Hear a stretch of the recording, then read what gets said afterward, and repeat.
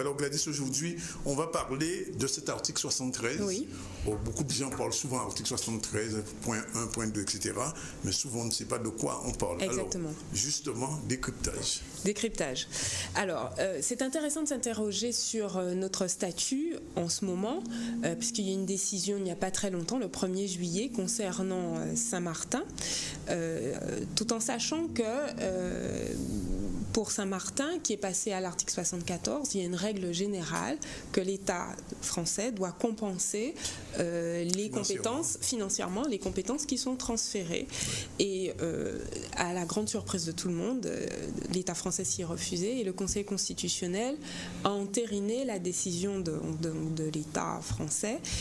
Donc ce qui porte à penser qu'il faut véritablement faire attention à ces questions de statut, être très bien informé et comprendre un petit peu l'état d'esprit dans lequel l'État a organisé ce genre de loi. Alors l'article 73, on va parler du dernier article 73, celui qui est issu de la réforme de 2003. Ils ont toujours des alinéas. Non, mais... Celui-là n'a pas d'alinéa. Non, pas vraiment. En fait, ce qui est important, c'est de se rendre compte qu'il y a une réforme en 2003 qui a eu quand même des conséquences intéressantes et qui permet aussi de voir l'état d'esprit. Alors cette réforme de 2003, c'est celle qui permet par exemple la collectivité unique ou celle aussi qui garantit qu'il y ait une consultation du peuple guadeloupéen avant une éventuelle... Comme ça s'est fait en Martinique. Comme ça s'est fait en Martinique, comme ça s'est fait en Guyane, donc avant un éventuel changement statutaire. Donc, c'est un changement ou une évolution finalement en termes de lexique? Alors en fait, c'est pas le lexique, c'est plutôt sur institutionnel ou statutaire. Oui. Tant qu'on reste dans le cadre de l'article 73, on est dans des changements institutionnels. Par contre, si on passe de 73 à 74, on est dans un changement statutaire. Et si on est indépendant, on est quoi? C'est aussi une question de statut. Hein. Ça, c'est la révolution qu'on appelle de ses voeux. N'est-ce pas, Jessie?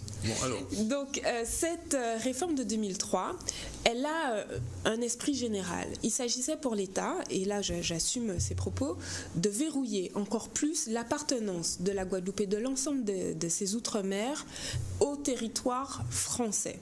En fait, cette réforme surtout a permis premièrement de dire que dans nos territoires, il n'y a pas de peuple, mais il y a des populations. Il y avait une difficulté sur ça. Le Conseil constitutionnel avait quand même reconnu qu'au sein de l'ensemble des territoires ultramarins, dits ultramarins, au sein de l'ensemble de ces territoires, il y avait des peuples, donc le Conseil constitutionnel reconnaissait la question des peuples, mais là, la loi est venue rappeler et mettre dans la Constitution française que nous ne sommes pas des peuples, mais des populations. Il y a une différence il y a une différence. En termes de lexique, là aussi. En termes juridiques, un peuple, ça va avec une nation. Oui. Donc si on est un peuple, la raison d'être une nation va avec un peuple.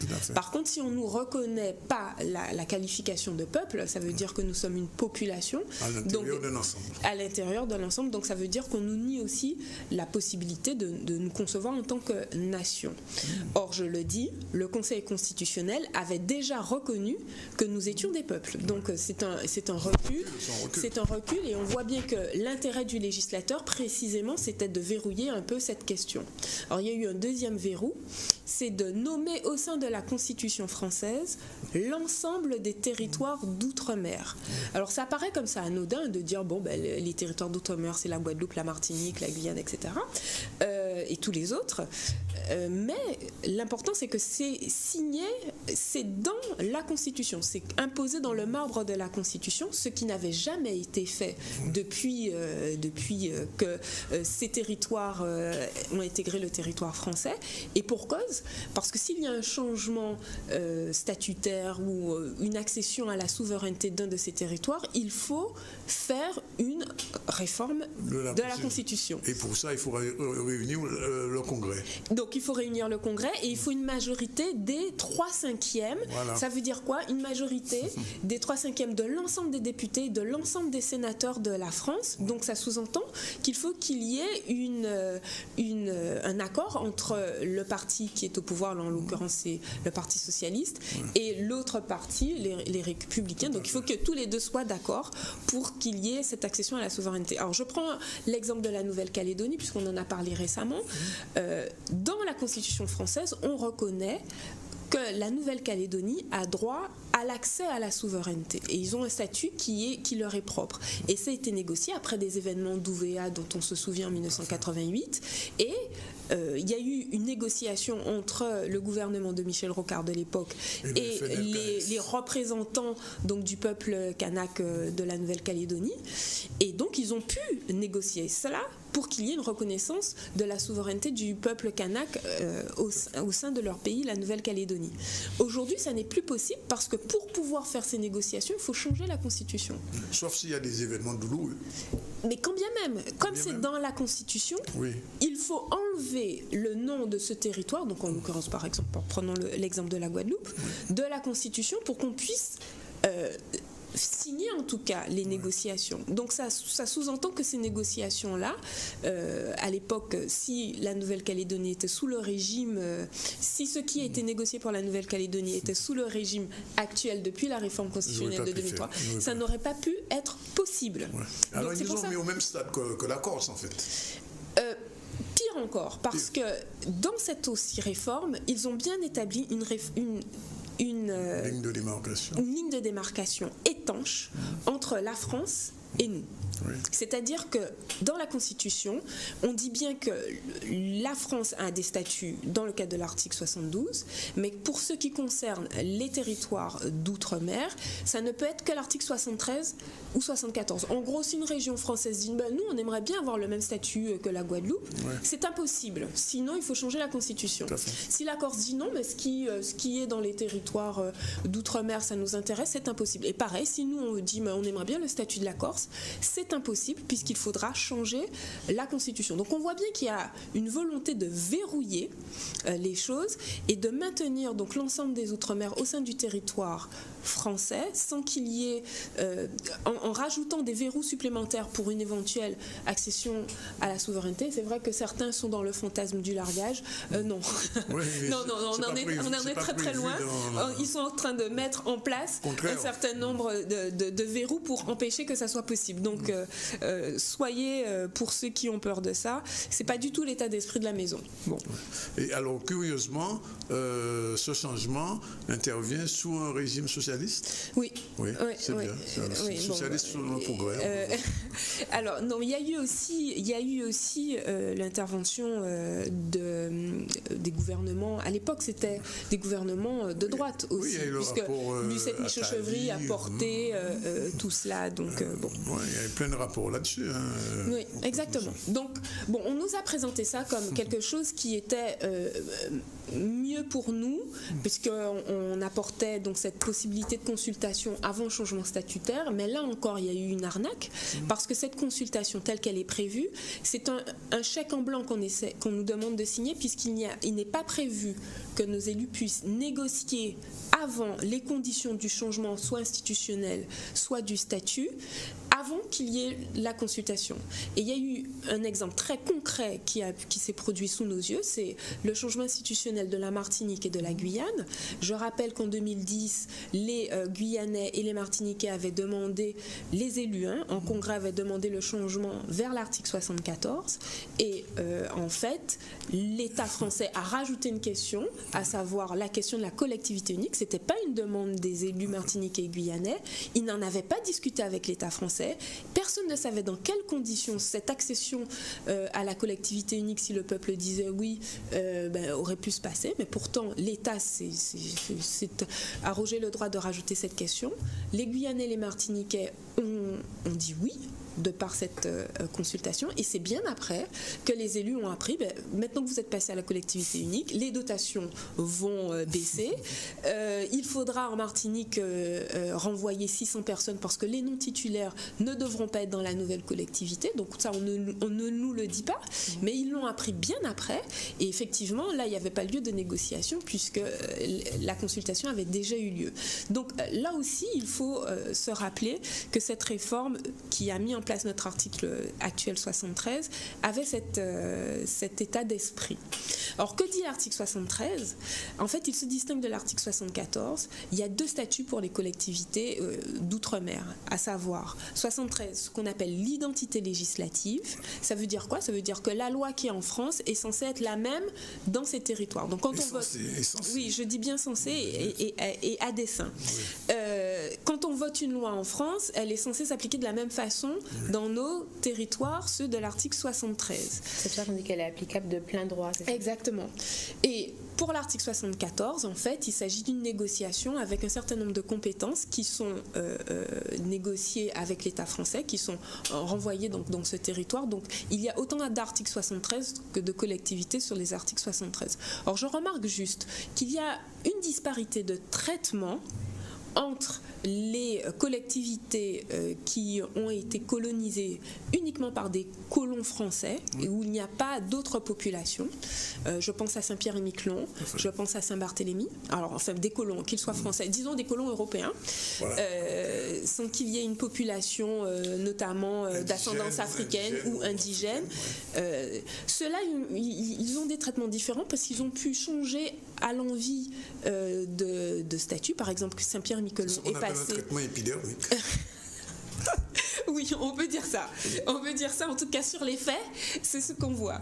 Donc, Saint-Pierre-et-Miquelon a pu changer, passer de l'article 73, 74, revenir à l'article 74, enfin bon, en peu de temps. Saint-Barthélemy a évolué déjà vers un article 74 qui était largement mieux négocié que celui de Saint-Martin, puisqu'ils l'ont fait en même temps. Hein, donc, on aurait pu imaginer que ça aurait pu se faire dans les mêmes conditions. Évidemment, ça n'était pas les mêmes conditions. Alors que, par exemple, pour Mayotte, qui a toujours demandé d'être sous l'article 73, il a fallu 30 ans pour que la promesse de la France de faire que ce territoire soit un département français, eh bien, puisse être tenue, alors qu'entre-temps, Saint-Pierre-et-Miquelon avait eu le temps de changer je ne sais pas combien de fois de statut. Donc on voit bien qu'il y a quand même une disparité de traitement, il faut le dire, entre les territoires, et quand on regarde quels sont les territoires qui sont avantagés, force est de constater que ceux qui sont peuplés uniquement par des anciens colons français ou européens ont une disparité de traitement avec les autres.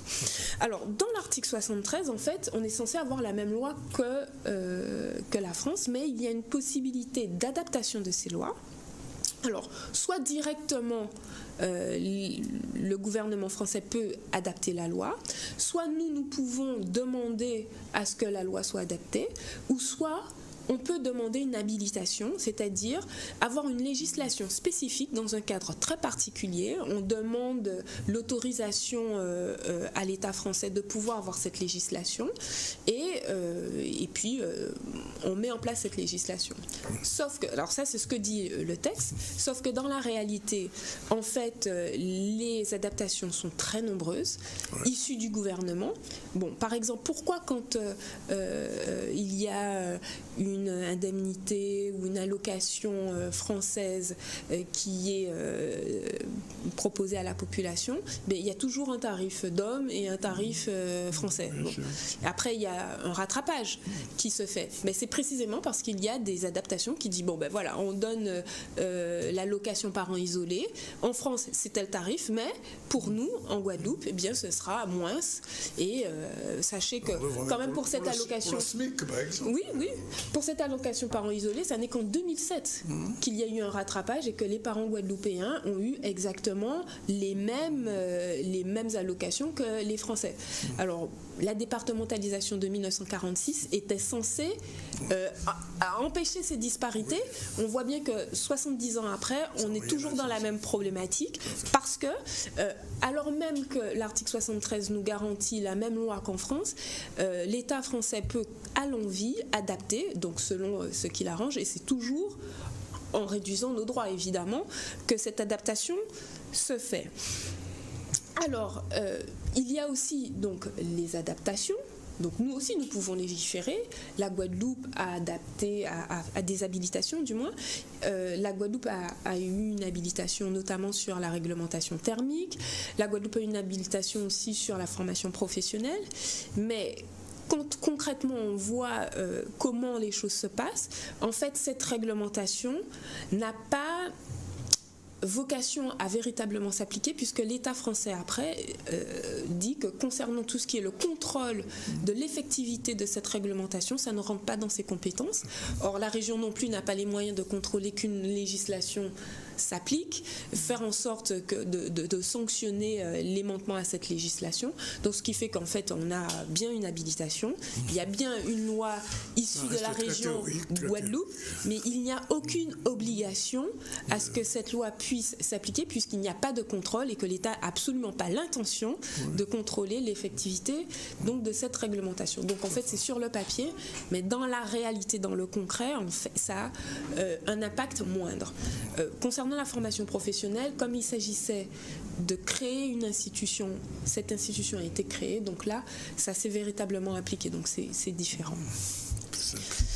Donc voilà en gros ce que l'on peut dire sur l'article 73. Alors il faut quand même, Gladys, peut-être expliciter un peu ce qui s'est passé à Saint-Martin, puisque Saint-Martin en 2007 choisit une évolution vers le 74, en pensant que l'État français allait appliquer concrètement et résolument tout ce qui était prévu dans le dispositif, et 10 ans, moins de 10 ans après, on se rend compte d'une chose, c'est que certaines compensations financières ne sont toujours pas arrivées. Exactement. Et non seulement elles ne sont pas arrivées, parce que les Saint-Martinois sont allés au Conseil constitutionnel pour exiger, et on leur dit négatif, vous ne pouvez pas avoir droit à cela, pas de compensation financière. Ça veut dire quoi? Ça veut dire que premièrement, Saint-Martin, qui était une île franche, une zone franche, où les gens ne payaient pas des impôts au même taux que la Guadeloupe ou même que la France, aujourd'hui Saint-Martin se trouve dans une situation financière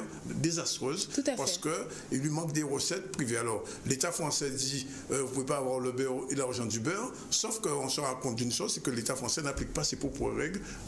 C'est principe élémentaire.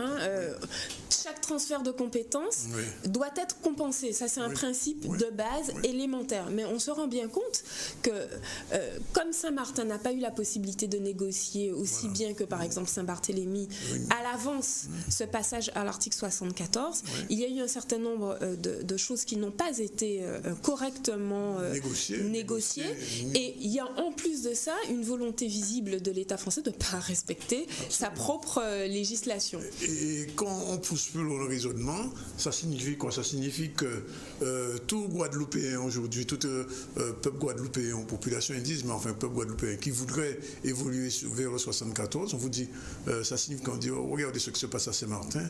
Donc, oui, on a envie de faire un exemple, mais moi, négatif. Mais moi j'ai envie de dire, mais regardons ce qui se passe à Saint-Barthélemy, puisque c'est exactement la même chose. Sauf que Saint-Barthélemy, Gladys venait de le dire, ils sont pas ce sont des leucodères. Oui, mais l'exemple de Saint-Barthélemy veut dire qu'il peut y avoir des passages à l'article 74 bien négociés. Oui, il faut négocier. C'est une nécessité absolue. À partir du moment que l'on a un projet précis et que l'on sait quels sont sur le plan réglementaire, quels sont les règlements qu'il est nécessaire d'adopter, eh bien, ça peut se passer tout à fait bien et ça peut être une opération positive. Alors, je voulais juste rajouter une dernière chose, parce qu'on parle du statut et on a le sentiment que c'est un peu éthéré comme ça, que ça n'a pas de lien avec notre quotidien. Or, c'est une question absolument primordiale parce que ça détermine un ensemble d'éléments, notamment concernant notre économie. On dit que la Guadeloupe, que l'économie guadeloupéenne doit se développer par la production guadeloupéenne, ça c'est une évidence, et ce qui s'oppose à cela, c'est les importations qui donc nous envahissent. 80% de ce que nous consommons sort de l'étranger. Alors, il y a un chiffre très impressionnant, les Guadeloupéens achètent plus de 2,7 milliards d'euros par an en produits importés, dont la moitié vient de la France. Donc ça veut dire que pour la France, nous représentons un marché environ d'1,5 milliard captif d'environ 1,5 milliard par an. Donc on imagine le nombre d'entreprises et de familles françaises qui sont nourries par les produits que nous achetons. Alors une partie de cet argent aurait pu nourrir des familles guadeloupéennes si une partie de ce que nous importions était produit ici. Sauf que le système tel qu'il est mis en place par, encore une fois, les institutions et l'État français ne le permet pas complètement. Il y a une volonté, en tout cas, de faire en sorte que les importations soient de plus en plus importantes. Et je donne pour ça 2 exemples. Sachez que les collectivités, l'ensemble de nos collectivités sont nourries par les importations. J'ai regardé là sur le dernier budget de la région, 47% du budget de la région sont issus soit de l'octroi de mer, 27% l'octroi de mer, et 20% les taxes sur le carburant. Donc, l'octroi de mer, c'est quoi? C'est une taxe sur ce qui est importé. Taxe coloniale, il faut dire. Taxe coloniale. Sur ce qui est importé, et pas que sur ce qui est importé, mais en gros le gros de l'octroi de mer vient quand même des produits importés. Tout à fait. Bon, donc quand on se rend compte que 30% du budget de la région vient de nos importations, forcément, enfin en grande partie de nos importations, forcément, on voit bien que si les collectivités sont nourries par le produit de l'importation, ce ne sont pas les élus qui sont à la tête de ces collectivités qui vont remettre en cause. Eux, ils vont toujours appeler à ce qu'il y ait plus d'importation parce que ça leur permettra d'avoir plus d'entrée d'argent. Donc, la façon dont on a conçu les collectivités, ça a été fait pour précisément faire en sorte qu'il y ait une inflation de ces importations. Et j'ajoute, Gladys, que la semaine dernière, Jessie n'était pas là, il y avait une conférence de presse de l'INSEE et de l'IEDOM où, devant des journalistes passifs, le représentant de l'IEDOM dit que l'économie de la Guadeloupe se développe parce que la consommation augmente. Voilà, mais c'est incroyable, un truc comme ça. C'est l'état d'esprit de l'État français. Personne ne dit mot. Parce que, en fait, pour être honnête, quand on regarde à la fois les statuts et la façon dont les choses sont organisées, comment on finance les collectivités, par exemple les dotations de l'État, ça ne représente que 18% du budget de la région. Tout le reste, c'est nous en fait. C'est nous qui payons pour que la région puisse vivre. 18%, c'est ce que l'État donne et le reste, c'est nous. La dotation globale de 18%. Donc c'est assez grave. Alors, si ça n'était que ça, il y a ce qu'on appelle la TVA non perçue récupérable. Moi, j'appelle ça une subvention. En fait, c'est de l'argent qui est donné aux entreprises pour faire en sorte... En fait, c'est un jeu comptable. C'est comme si ils étaient censés récupérer une TVA, mais qu'ils n'ont pas perçue. Donc, c'est un jeu comptable qui leur permet d'avoir un chèque de l'État, parce qu'à la fin, ça se transmet par un chèque de l'État par rapport à des produits qu'ils ont importés. En général, cette TVA non perçue récupérable, c'est sur des produits, en général, sur des produits importés. Et ce sont des sommes considérables. En 2009, l'État a reversé donc à certaines entreprises importatrices, notamment importatrices, 225 millions d'euros. 225 millions d'euros quand, en général, l'État donne 280 millions d'euros par an à l'ensemble de nos collectivités. Bon, et ils ont quand même, après 2009, ils se sont rendus compte que c'était un petit peu trop, un petit peu choquant, mais les derniers chiffres, c'est autour des 100 millions, c'est pas rien. Donc 100 millions reversés à des entreprises juste parce qu'elles importent une partie de certains produits. Alors, ça n'est pas que pour certains produits importés, il y a aussi d'autres produits qui ne sont pas importés, mais le gros aussi de cette TVA non perçue récupérable, c'est pour des produits importés. Donc, il y a bien une volonté de l'État de mettre en place le fait que les importations ne se réduisent pas, mais augmentent et qu'elles financent à la fois les collectivités, on subventionne les importateurs, donc c'est véritablement un cercle vicieux et on ne peut pas dire à côté on veut que vous développiez votre économie, on veut développer la production guadeloupéenne et en même temps payer ceux qui importent. Voilà, 12h58, un dernier mot, Gladys, peut-être? Je pense qu'on devrait mieux connaître notre statut pour après savoir effectivement s'il est si adapté que cela à notre situation. Alors, question à 2 millions d'euros. Est-ce que les élus sont en mesure de réagir face à ça, nos élus actuels? Est-ce que nos élus sont Mais il faudrait qu'ils aient une lecture critique de notre statut. Une lecture d'abord, avant même de critiquer une lecture. Bien, voilà, il est 12h59. Merci Gladys pour ce dernier décryptage de la saison 2 du ZCL. On va retrouver Gladys à partir de septembre pour des éclairages et des décryptages aussi intéressants.